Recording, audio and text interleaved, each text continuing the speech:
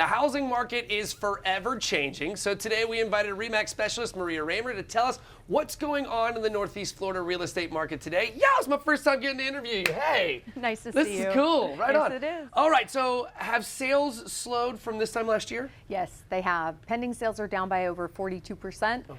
Closed sales are down by 31%. So Okay. yeah, big difference from last year. Okay, so how many days are listings staying on the market? So we have right now about a 4 to 6 month supply of inventory. So sellers can expect 90 to 120 days on average Really? to sell their home now. Why are we seeing this drastic change, and is it really like a drastic change?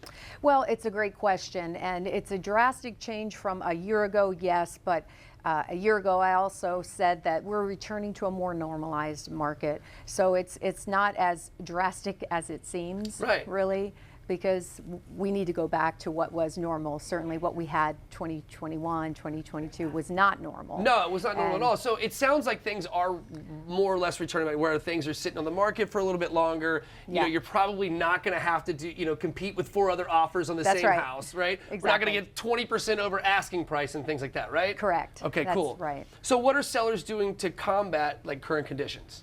So price reductions are a big tool right now, and price reductions are up by over 37% this year. So that's big.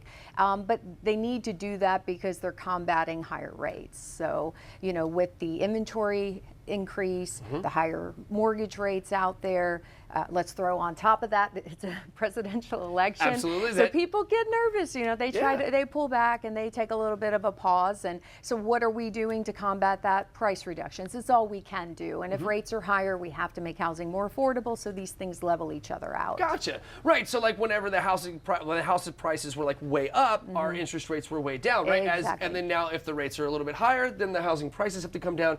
And so Correct. we equal those things out, right? That's exactly right. Okay, cool. So, overall, what's the silver lining? So the silver lining is, for example, like in June, new listings were down 16%. So sellers are taking a little bit of a pause, reading, the room a little bit and saying, hey, maybe I'll wait to list my house. And so with lower inventory coming into the market, that could soften the percentage of reductions that are necessary because people have less to choose from. It's the whole supply and demand thing. So that'll make a difference and that'll be super helpful. But I think, again, people need to remember this is a normalized situation we're falling into. 4 to 6 months on average inventory. Rates hopefully between 6 and 7%. Owners negotiating 98% of the list price. None of this is shocking. This is how it's always been. We had a 2 or 3 year anomaly, but really this is how it's always been. So that's a correction. It is not a crash. People should not be freaking out and worrying about it. And then they always ask me the $1 million question, when should I buy? When should I sell? When you're ready, when you need to, because you cannot predict the market. I predict personally that it will get better towards the end of the year. That is my thought. But if everybody jumps in when it does get better, they may pay more. That's right, because the same thing will happen, right? Because it's the whole supply and demand thing. That's right. All right, so do you have any take-home thoughts for the audience? Yeah, I mean, just, buy and sell when you feel like it's the right time in your life to do it.